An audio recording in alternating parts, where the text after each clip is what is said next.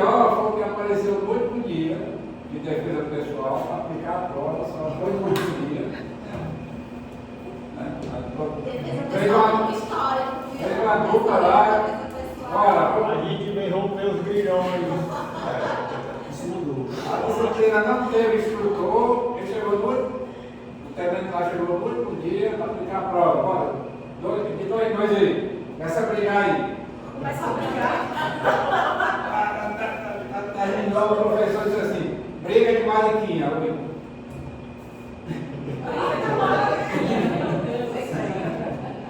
Aí feriu várias.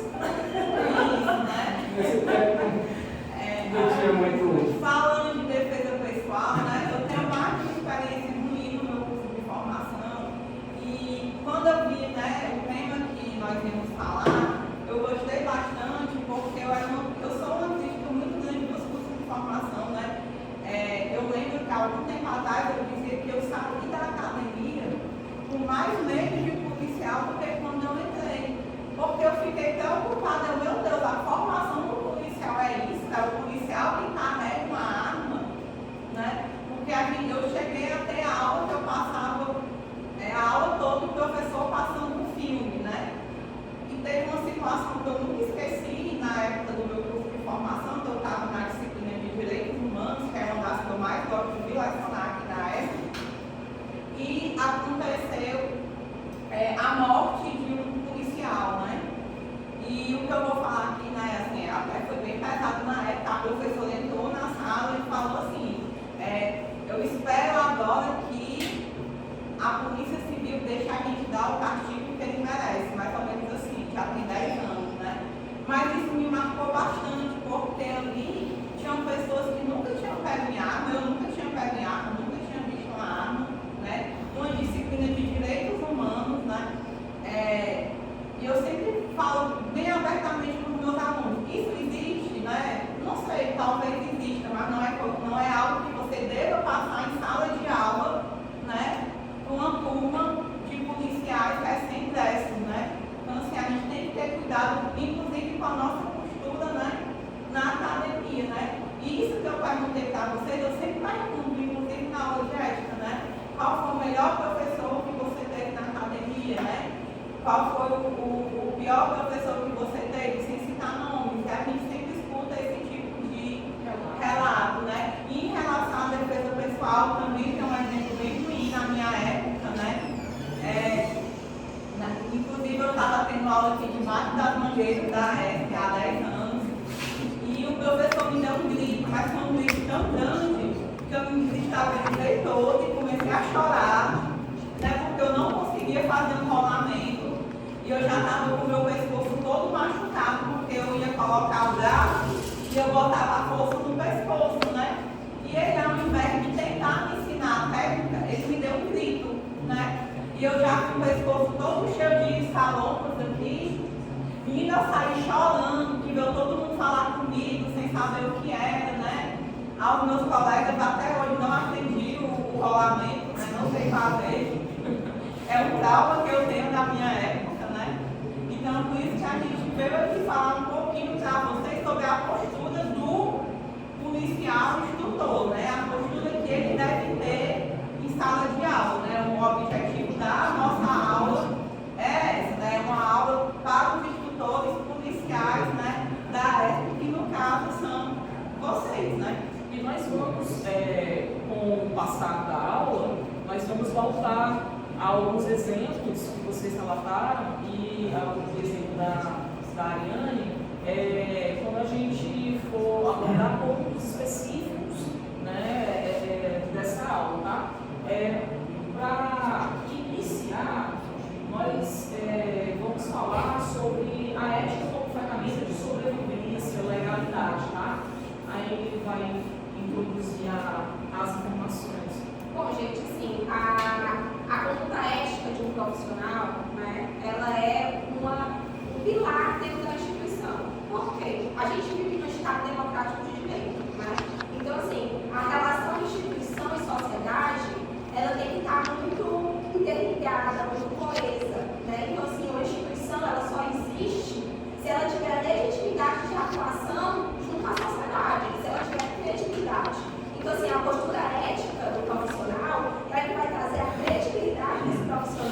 né? E vai trazer a legitimidade dele junto à instituição.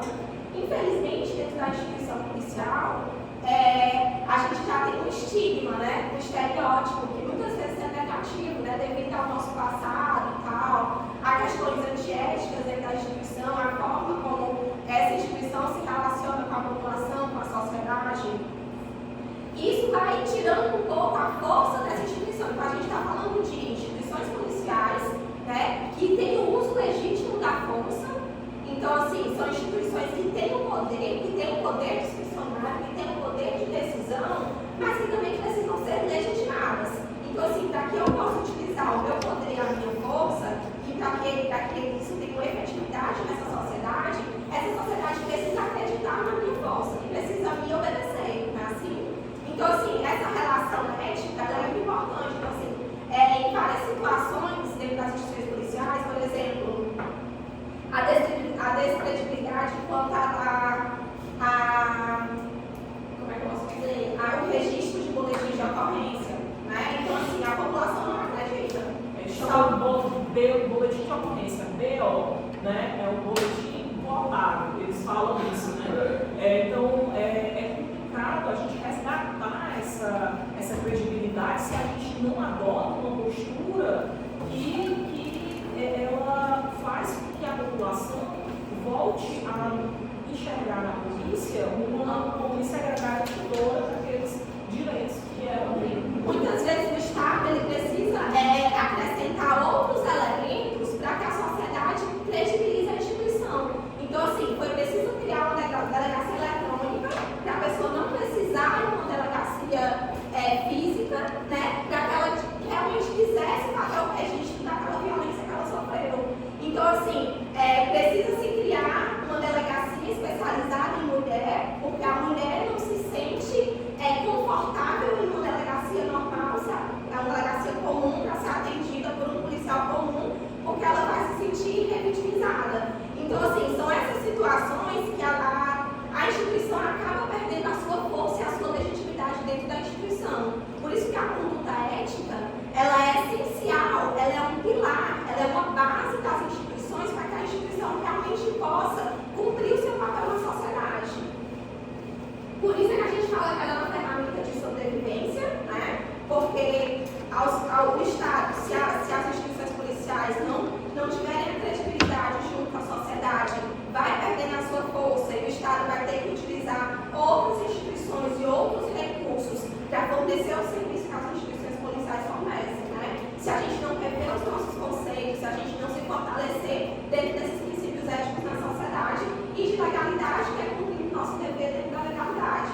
E aí a gente traz também não só a questão da autoridade policial, porque esse conceito ele serve também para dentro da sala de aula. Então, assim, se chega um instrutor onde ele é conhecido, todo mundo sabe que ele é um mau policial, que ele é um policial corrupto, tudo aquilo que ele falar aqui, tudo aquilo que ele apresentar, vai ser totalmente descredibilizado. Então, assim, se ele tem posturas antiéticas, então, assim, todas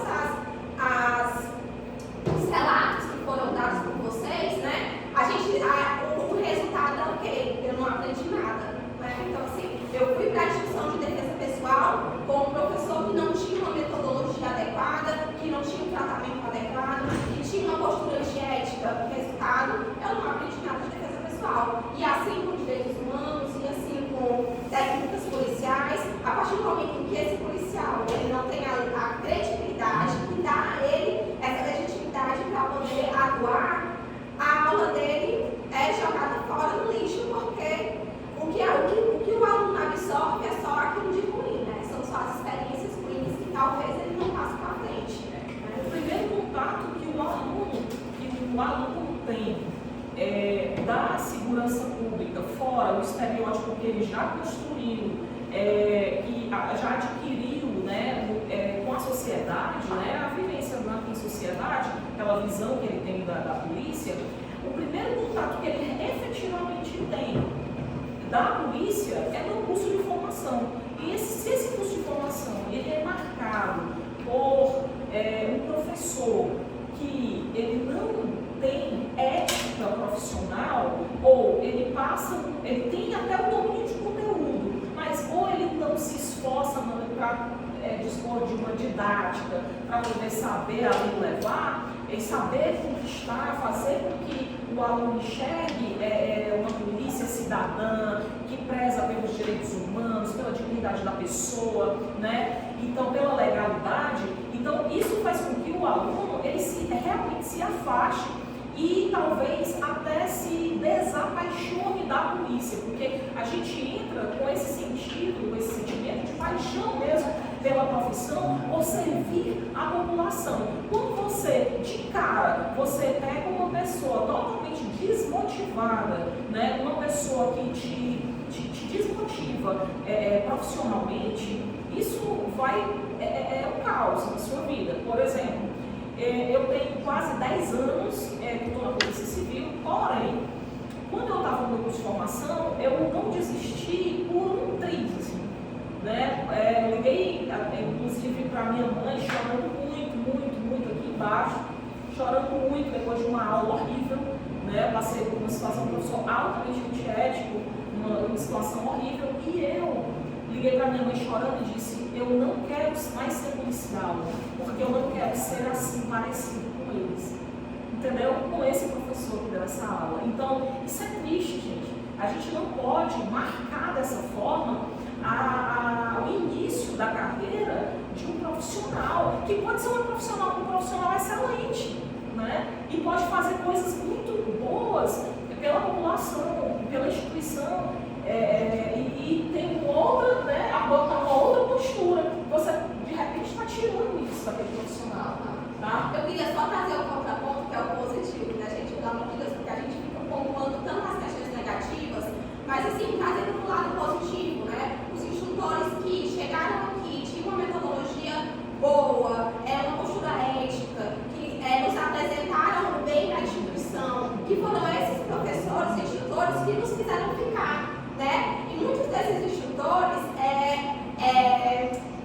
trouxeram para a gente o caminho que a gente ia seguir dentro da instituição, né? Então, assim, as instituições policiais, elas são amplas, né? Tem várias áreas de atuação. Então, assim, às vezes a gente tem um instrutor de defesa pessoal que é excelente, eu digo assim, nossa, eu quero seguir esse caminho, eu também quero aprender, eu quero crescer nessa área. Um instrutor de inteligência que apresenta a área de inteligência policial para a gente de uma forma bem feita, né? Faz a gente querer participar, querer estar, querer pertencer a essa instituição, querer pertencer a fazer esse trabalho, executar esse trabalho bem feito. Então, assim, a função do professor e posturas éticas do professor dentro das instituições de formação policial, elas formam os policiais e esses policiais que vão ser entregues para a sociedade e que vão trazer essa legitimidade, essa credibilidade lá na frente, que é o que a gente busca, né? O fortalecimento das nossas instituições dentro da sociedade. E quando a gente fala dos bons professores, né, eles marcam bastante, né? Inclusive, né, se eu perguntar para o Michael qual foi o melhor professor que tu teve na tua época da academia. O melhor professor, até um monitor, ele teve uma situação que ele deu uma disciplina, mas a questão além do conteúdo, de formar mesmo, formar como profissional, né?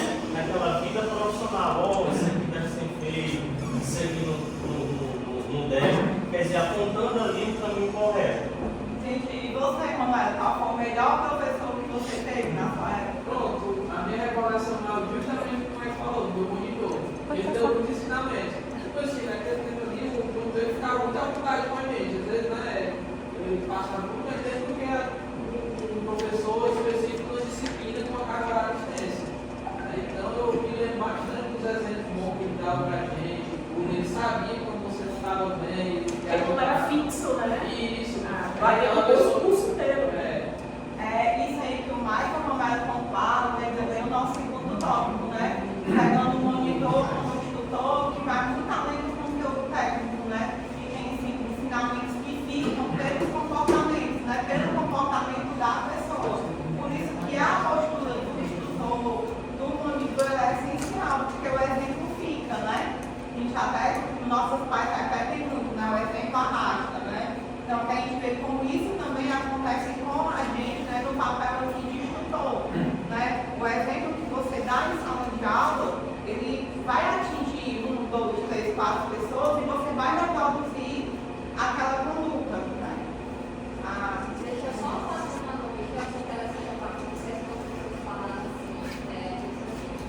deu vontade de assistir, né? E eu me lembrei de um colega agora de trabalho que estava com uma crise e queria sair, né? De ponderação. E eu disse, não faça isso. Porque o exemplo que você está tendo aqui não significa que se estenda ao resto da instituição. Né? E quando ele começou a tirar o plantão fora do ambiente de trabalho, ele começou a enxergar que a instituição não era só uma delegacia. É como ela falou ali, ambos, tem o departamento de investigação, tem o departamento de informática, tem homicídios, e tem muita gente boa. Né? Então, quando você fala assim, o instrutor da curso de formação influencia muito, e como influencia? Porque vai, uma trabalho em cima da outra. Né? Todos nós passamos por diversos cursos, né? O meu é de um ano, o seu é de outro, e a gente vai juntando essas experiências vividas. Eu vou até citar aqui que a minha foi engraçada, porque eu passei por duas academias. Eu fiz o concurso em 2000, subi juntos, não consegui entrar, e fiz em 2006, como eu passei por duas formações.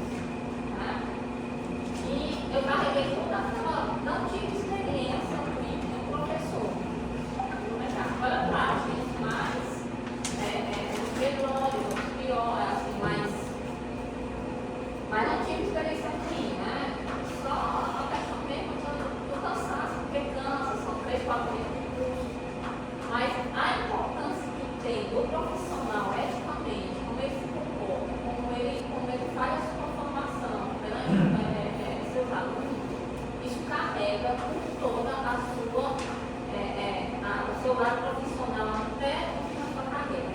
Isso fica tanto que a gente está perguntando aqui, tipo, acho que o Michael tem 15 anos, né, Michael? 13 anos de polícia e ele consegue lembrar o bom professor e consegue lembrar do professor ruim, porque marca bastante, né? Ambos, né? Eu até comentei aqui, já no tal, eu achei até interessante esse conteúdo. Acho que foi no ano passado, no ano passado, eu ministrei para uma formação, né? E aí eu peguei a disciplina lá de 10 às 18 horas, então conta, né? Quando foi no finalzinho, o pessoal me ligou e perguntando o meu nome completo e tal, eu fiquei sem saber, né? Aí disseram, não, porque a gente vai terminar já e tal. Eu até, por ser uma carga horária pequena, eu até falei assim, tá falando sério? E tal, e fiquei curioso. Esse cara, eu amei aí, mas assim, eu fiquei curioso, assim, tem tanto professor com uma carga horária maior e tal. E aí foi justamente o que eles me falaram, o papel do instrutor, além do conteúdo técnico. Além das disciplinas, eu passava muita coisa referente à formação deles, da vida profissional, né, de uma forma geral, e até alguns impactos na vida pessoal. E aí fiquei feliz, aí me chamaram, né, botaram na placa, a unidade é tanto que na foto da turma, tem toda a turma, aí chamaram para ter foto, tem toda a turma, o monitor, o coordenador e eu lá de gaiato, né? Então assim, eu achei bacana, só para eu lembrar dessa área. Vai muito além do conteúdo técnico, né? A sua postura, às vezes você nem imagina como ela faz diferença, né? Recentemente eu passei aqui 54 horas com o CFO, né? A disciplina de didática, né? E foi um desafio muito grande para mim, né? Recusei a disciplina a primeira vez, né? Aí insistiram, né? Pra mim, eu vim. E recusei porque era uma disciplina muito longa, né? São policiais militares e na minha cabeça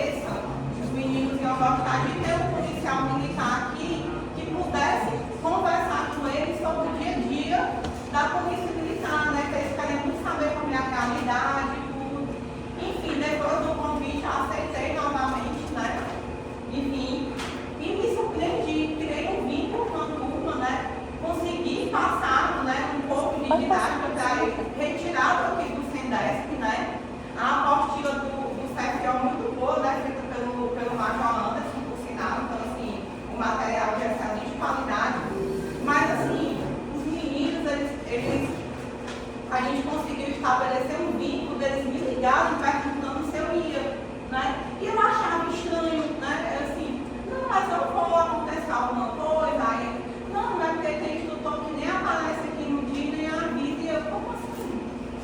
Né? Isso, né? Você não vir nem para dar uma aula, nem avisar.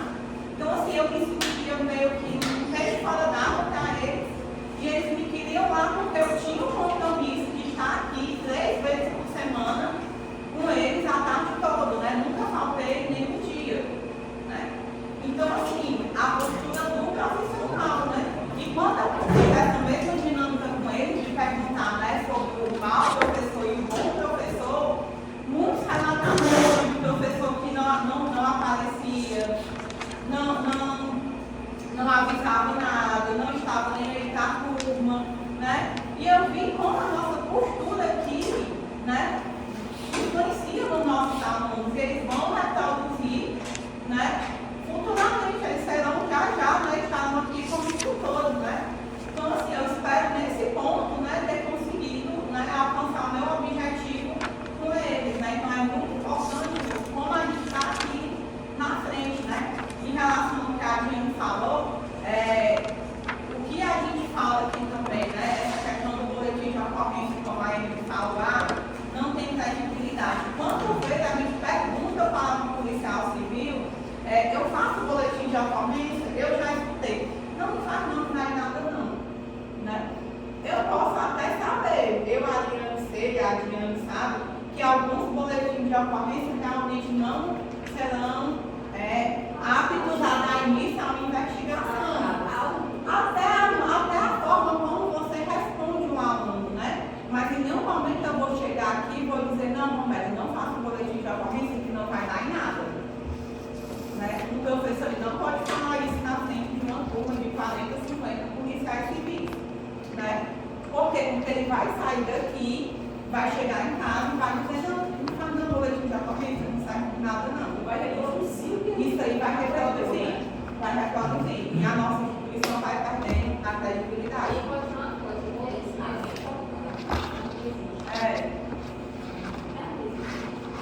Bom, aqui a gente também trouxe 2 conceitos, que é o de ética e moral, certo? Porque é muito importante, dentro do exercício profissional, tanto no exercício profissional como policial, né?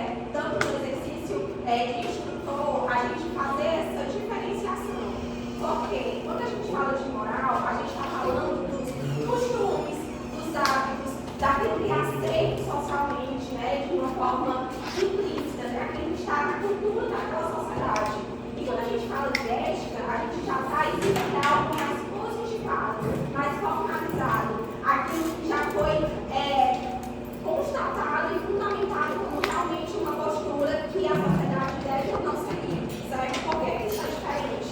Porque tem coisas que a sociedade anda num passo muito mais lento. Né? Então, assim, moralmente ainda é aceito, mas não é uma postura ética, por exemplo. Né? Então, assim, não está positivado nos instrumentos. Então, geralmente, o que é ético, né, já está positivado em regulamentos, né, em códigos de conduta.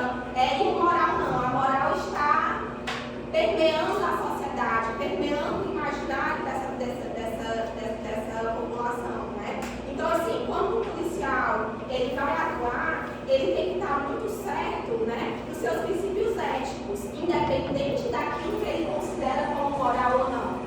Né? Então, assim, você pode acreditar ou não em determinadas coisas, em determinadas posturas, em determinadas relações, mas a sua postura ética que está fundamentada, que está positivada dentro da sua instituição, você tem que seguir. Né? A gente tem um exemplo muito forte, que é a questão dos crimes contra a honra. Né? Então, assim, socialmente, o crime contra a honra ele ainda é meio que aceito. Né? Tipo, matou a mulher, mas foi traído. E a gente escuta muito isso hoje, gente. Então, assim, tem casos recentes de feminicídio, onde no nosso meio a gente ainda escuta bastante, né? O questionamento da vítima. Isso. A conduta da vítima. O cara matou a mulher, perdeu a vida dele, como é que pode? Também essa mulher acabou com a vida do homem. Mas o que é que ela fez? O que foi que ela fez? Para merecer isso, olha, é o questionamento. Essa postura que muitas vezes reflete aquilo que é considerado moral ou não é ético dentro da instituição. E nós sabemos que não é. Porque nós sabemos o que está nos regulamentos, o que está na lei, o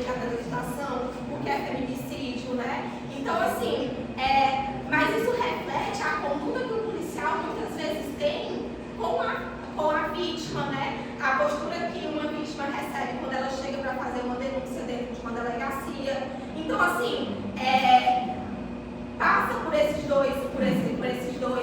duas nuances, né? Então, assim, isso tem que ficar muito bem delimitado dentro da instituição. Na hora que você entra naquela porta, você vai dar uma instrução, você deixa de ser a pessoa e você passa a ser o instrutor, você passa a ser a sua instituição, você passa a representar um Estado. Você não é você não é as suas considerações pessoais, você não é o que você aprendeu, você não é as suas percepções, né? Você tem que trazer, na verdade, aquilo que a sua instituição carrega e aquilo que ela quer passar como valor, né? Então, assim, ter essa distinção clara, né? Que muitas vezes a gente não vê isso dentro das salas de aula, né? Das aulas de instrução, onde o instrutor chega aqui e passa as percepções morais deles para os alunos, né?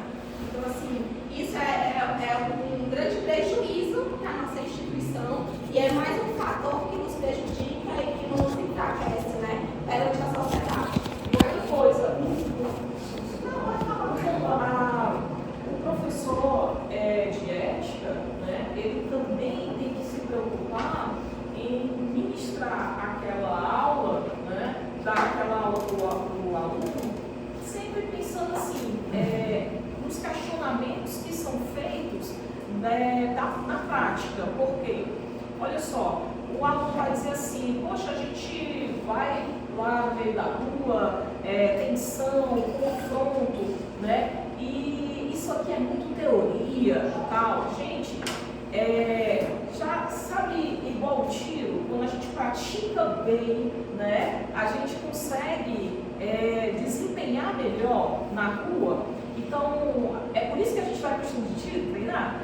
Na ética, funciona da mesma forma. É um conteúdo teórico? Mas se você não praticar no cotidiano, dia após dia, tentando ali pensar, como a colega falou, a Emily falou, ali eu estou me posicionando como um Estado, né? As pessoas estão me vendo como Estado, então eu vou dar o meu melhor para a população, pensando nisso, não sou eu, estou como representante.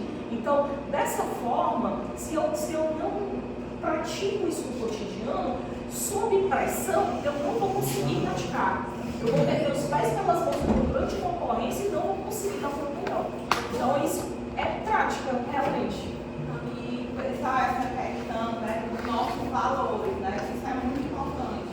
Porque assim, eu sou aqui, eu sou ariana, sou católica, né? Tenho uma filha, mas quando eu estou trabalhando, né? Isso não vai importar, né? Isso são os meus valores, né? Em nenhum momento eu vou deixar, por exemplo, de atender a Elida, porque a Elida é de uma religião diferente da minha, por exemplo, né? Mas a gente tem que conseguir passar isso para os nossos alunos. Isso aqui eu só peguei um exemplo, tá? Vamos colocar os nossos valores morais acima da ética. Eu lembro E além, né, ela tem o direito de exercer a liberdade religiosa dela e eu tenho que garantir que ela exerça essa liberdade religiosa, independente de ela acreditar ou não naquilo que ela está fazendo. Um exemplo bom também é a questão da identidade de gênero, né? A pessoa ela tem o direito de ser chamada pelo nome que ela quer ser chamada e pelo pronome que ela quer ser chamada. independente se eu Se acho. você acredita, acha certo ou errado, é problema seu dentro da sua casa, da sua cabeça, porque você não pode ver. Mas, assim, é algo que você precisa respeitar como policial, como profissional, você precisa respeitar a legislação e os direitos daquela pessoa tem, independente de você, na sua intimidade, achar isso certo ou errado. Então, algumas posturas dentro de sala de aula, o instrutor deve evitar, né? Por exemplo, como a gente já escutou relatos, aquele fulano é um gay, ou sei lá, fulano O exemplo do colega que chamou o Maricas, não de foi? maricas, né? Como o Barros Cacato. Então, assim, são exemplos que o instrutor ele não deve utilizar de forma alguma dentro de uma sala de aula, né?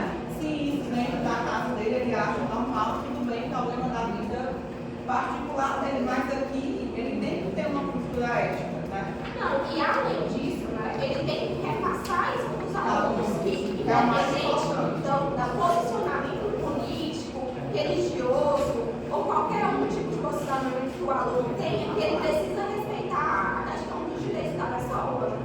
33 Aí a Lívia quer falar. minutos. Quer falar, Lívia? Não, era no mínimo 30, tá em 33. Quer falar? 33 minutos. Fala, não fala. Olha, é o seguinte, a Marta falou de identidade de gênero, apesar de ter chegado agora, tá de serviço, aí vai 19 horas. Eu, na minha nova função, né, no meu novo post, minha função, eu tive que me identificar com a identidade de gênero, tive que fazer isso. Por emoji, mas, sim, hoje eu sou conhecida, tenente Aguilda, controladora de tudo, que é a tenente Aguilda, que é a controladora de tudo. Outras situações aí, vindoras que estão vindo positivas para a minha vida, graças a Deus, né? Eu estava com receio no início de me identificar. Botava emoji similar, agradecer a continência normal, essa da carne lá normal. Só que aí tinha um valor do emoji da feminino, que um colega lá para fazer especialmente para mim. E hoje eu curso e estou me identificando, fiz a identidade de gênero e todo mundo aí afora já sabe quem eu sou hoje, né? Ou seja, uma mulher no posto masculino, na função masculina, né? E é isso aí, eu me identifiquei. Eu acho que era só o homem, né? A gente ainda passa por isso, né? A mulher nas instituições policiais, né? De ter o seu poder respeitado. Eu fui vítima de preconceito de gênero lá no meu posto, no setor, acho que é. Mas Volta a morar nesses machos. como as senhoras também, né? As majoras das associações também, devem ter sido vítimas também de preconceito de gênero. Eu fui. Mas eu gostaria de levar ela em plena. Se capaz,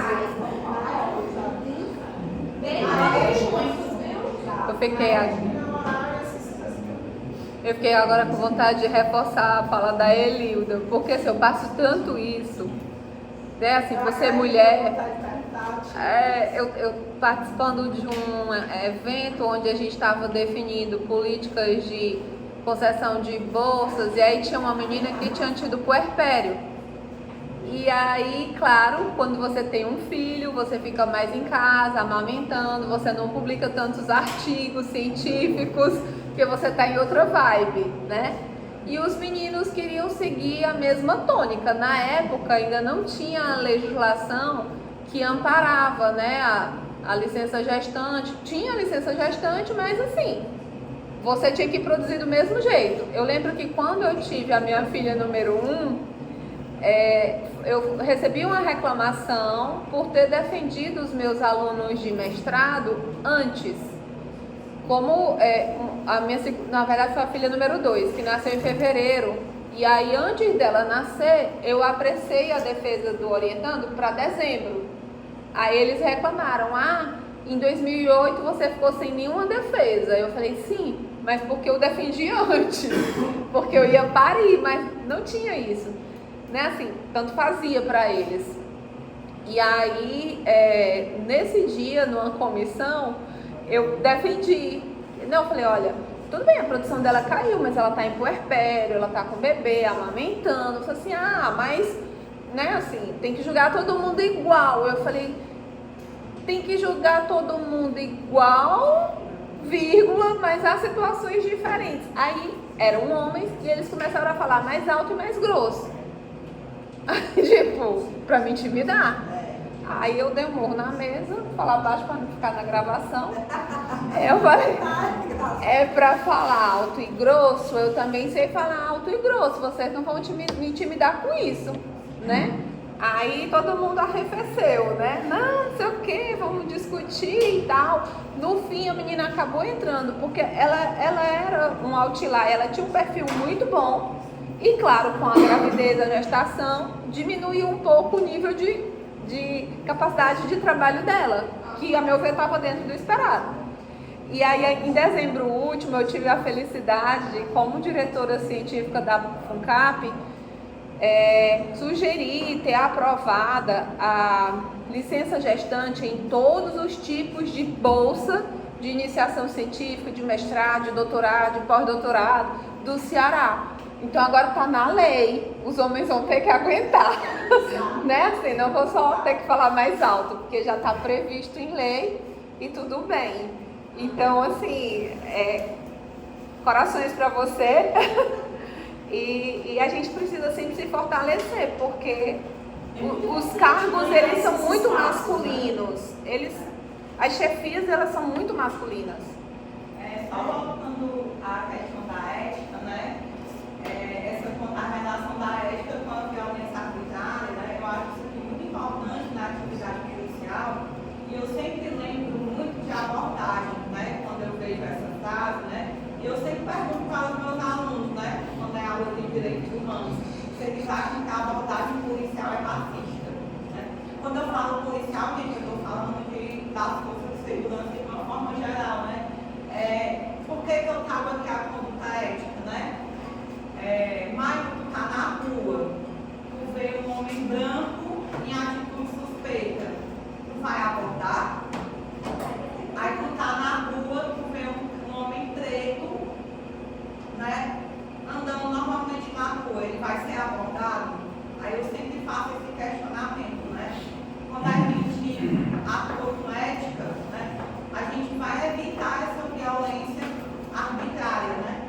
Como a gente, desde o primeiro slide, como a Emily falou, a questão da credibilidade da instituição, que a gente vem perdendo aqui, né? Quando a gente tem essa diferenciação de conduta, né? Eu não vou dizer aqui que o Michael, ele vai saber que ele está num ambiente perigoso quando ele está, sei lá, na Rosalina, por exemplo, não, então vou abordar todo mundo, isso aí eu sei que é a expertise dele. Mas quantas vezes a gente vê abordagens arbitrárias, né? Porque a pessoa é preta, acontece, né? Eu já escutei de uma pessoa negra que ela falou pro filho dela que ele não era para sair de casa sem camisa e sem identidade, porque todo preto é abordado. Né? Então, a imagem que eles têm da nossa instituição, de uma forma geral, é essa, né? E se você for preto, estiver na rua sem camisa, né? Tiver tatuagem sem identidade, você vai ser abordado. E é uma reflexão. Vai ser uma abordagem violenta, né? A questão é porque não é você ser abordado ou não, porque ser abordado até normalmente todo mundo é pra ser, né? Mas a forma como assim, a gente até escuta muito, né, na sociedade, as pessoas sempre vão falar sobre a conduta da polícia, sobre o tratamento da polícia na aldeota é diferente da polícia no Bom Jardim. Então, tem essa diferença de postura do policial no tratamento das pessoas, né? Diferente em relação à classe social, à raça, a poder, né? Então, assim, a ética, ela endossa essa imparcialidade que o policial precisa. Ele precisa ter, né? A ética, ela faz isso, sabe? Por isso que a gente tem que praticar. Que é o que a frase está dizendo, né? A conduta ética, ela vai diferenciar o nosso uso legítimo da força ou a nossa violência arbitrária, né? Justamente a nossa postura ética diante da situação.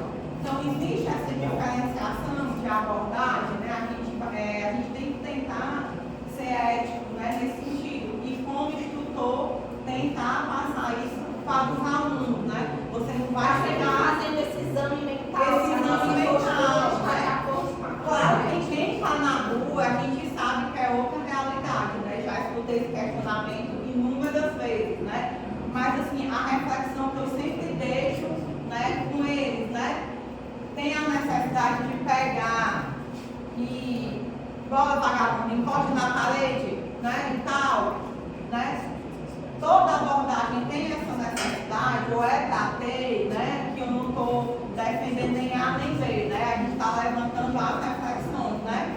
Para eles começarem a pensar, né? Quando chega na abordagem na nossa área nobre, você chega abordando, né? E aí, vagabundo, vamos, encosta aqui. Então, a gente deixa essa reflexão, eu sempre deixo para os meus alunos, né? Inclusive, nunca dou nem meu posicionamento, eu jogo e deixo eles começarem a discussão para a gente levantar, né? A nossa abordagem é racista, né? Falando da Polícia Civil, da minha profissão, nosso atendimento é racista, não é racista que eu digo, né? A gente acha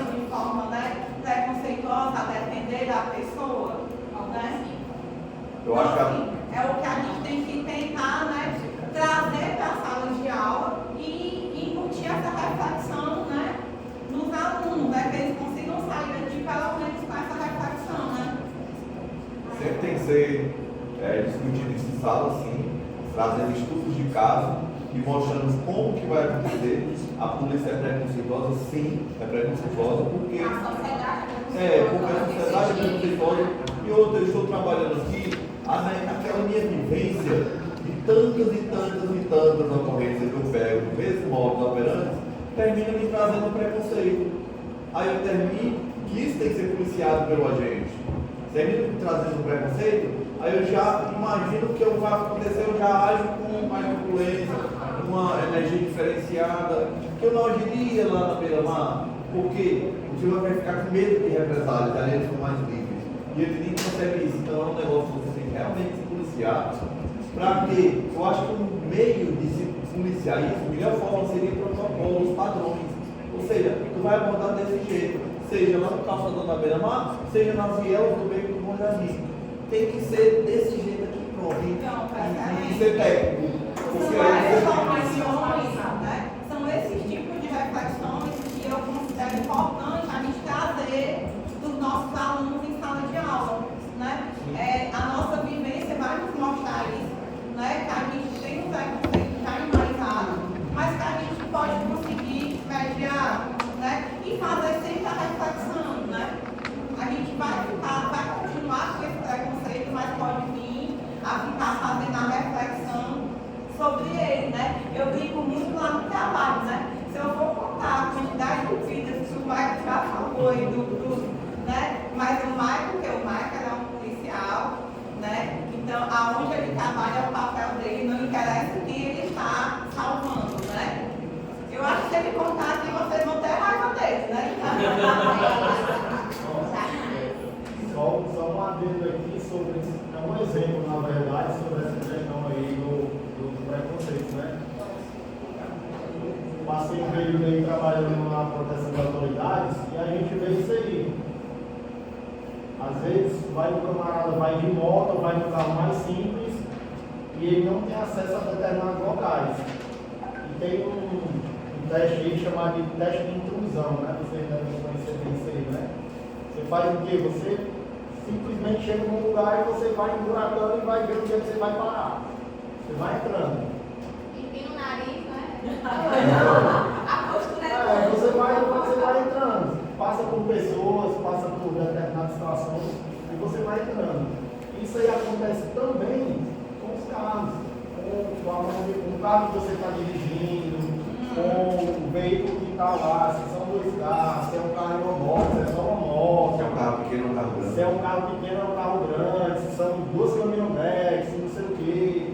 Então, tudo isso aí já está contaminado ou implementado, não sei qual é a definição aí, mas existe a real e a gente se depara com essas situações aí. A gente teve um sinistro num carro, que era um carro igual ao da autoridade, aí a gente pegou um carro reserva, e o carro era de cor diferente, de modelo diferente, e aí a gente aí fez previsão e tudo, quando o carro chegou lá, aí o carro passando e barraram outro carro.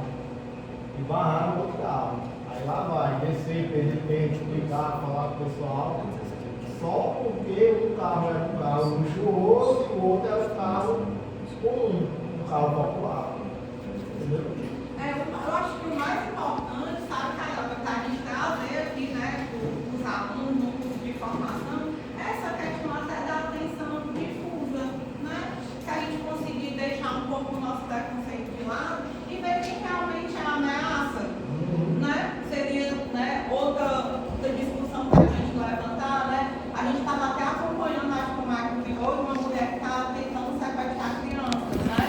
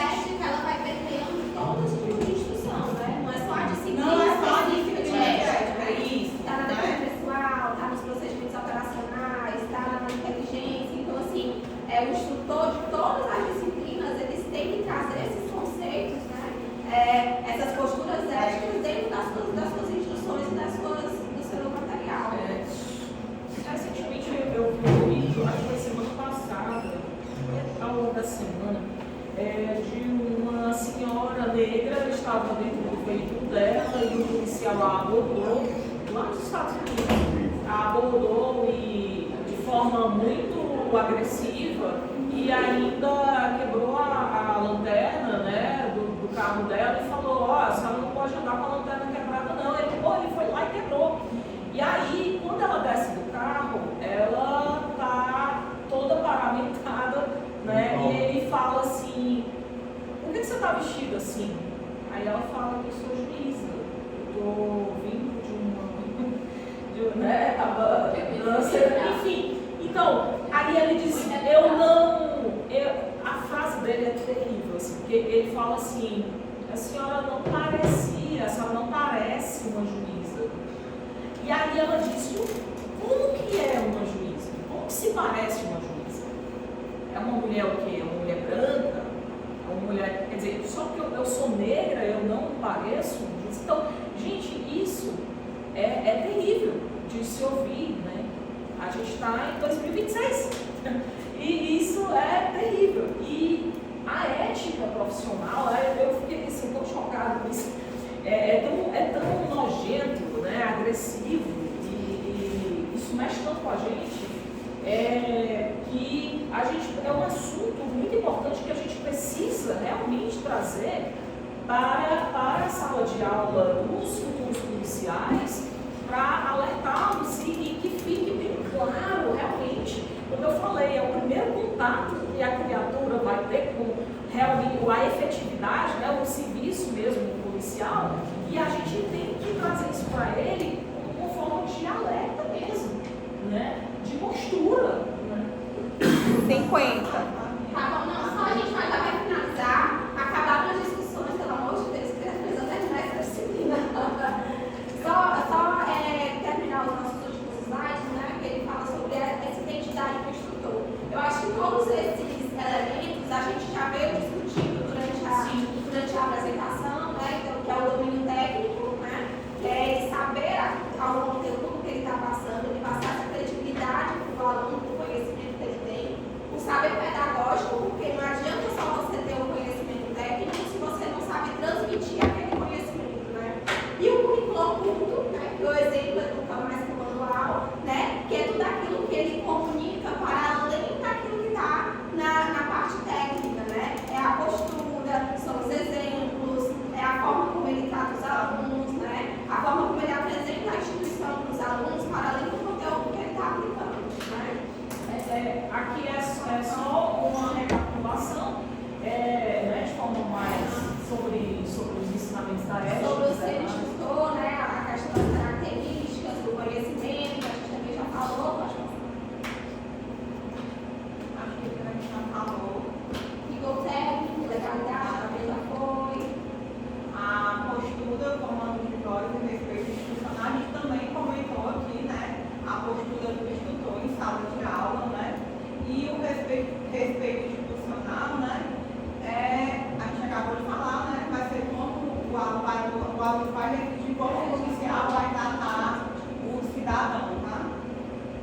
E enfim, nosso final, né, para obter uma informação urgente sobre o paradeiro de material ilícito, a equipe utiliza força excessiva contra... não, aqui ele está falando Aqui é uma avaliação, é a nossa avaliaçãozinha para vocês, tá? A gente trouxe um caso, né, que um agente, ele necessitava de ter uma informação urgente, né, sobre o paradeiro de material ilícito, mas aí a equipe, ela utiliza força excessiva contra o detido para poder arrancar dele a informação, justificando aí a eficiência do resultado. Então, a gente traz esse exemplo aqui para vocês, um exemplo desse caso, só para a gente saber de vocês se a gente pode colocar a eficiência acima da ética nesse caso.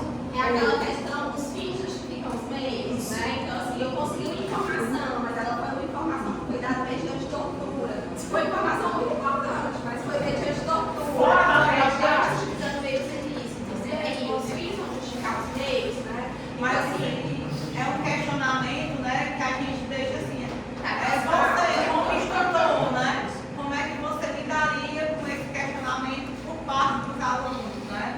ele vai pegar ele.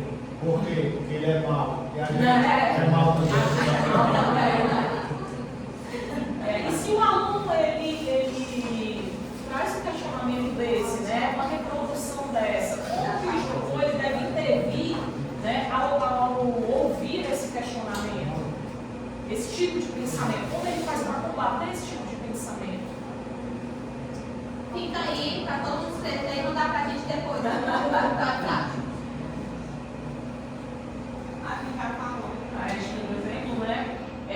O que o aluno faz quando ninguém está olhando é o reflexo do que ele aprendeu na instrução.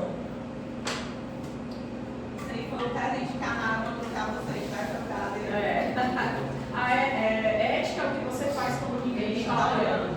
Eu assisti, só para terminar, eu assisti a um vídeo do Portela, ele falando assim, de um corredor que estava, enfim, quase vencendo a corrida, mas aí teve outro, mas aí ele se machucou no final e teve outro que poderia ultrapassá-lo e ganhar a corrida, porém ele resolveu ajudar o colega e tal, teve tudo isso. E aí no final ele diz assim, que foi entrevistado, e aí